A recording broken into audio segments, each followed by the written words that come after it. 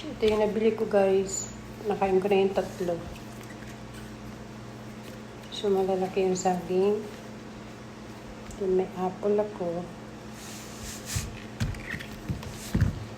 Itong apple na to, 2, 4, 6. Tapos may green. May kasama siyang green. Then, ito ay 10 real.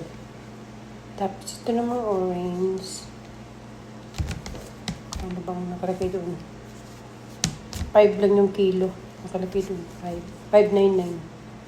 So, tinimbang na to. 2, 4, 6.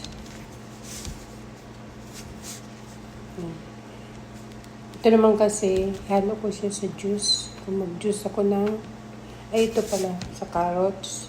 Halo ko siya, pero pwede ko na yung kainin kasi ano pala ito eh.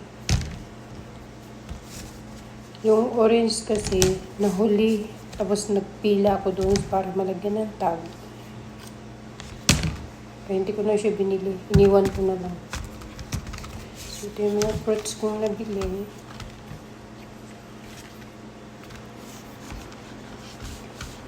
Pag hindi naman ako makapunta doon sa bilihan, bili ako sa Maniho.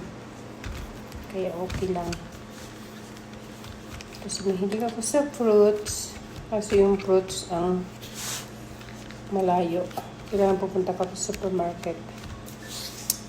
Yun lang, guys. Thank you for watching.